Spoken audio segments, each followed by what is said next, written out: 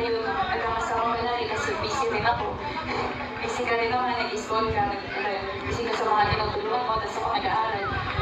Sana malagi kang mag-iingat. Huwag mong pagkamayan yung sarili mo. Ikaw lang yung nasa puso at isipan. Sa akin, yung nga sabi mo, 2 years na. Salamat din kasi hanggang ngayon hindi ka nagsasawa sa akin kahit na minsan araw magulo, minsan wala sa ayos.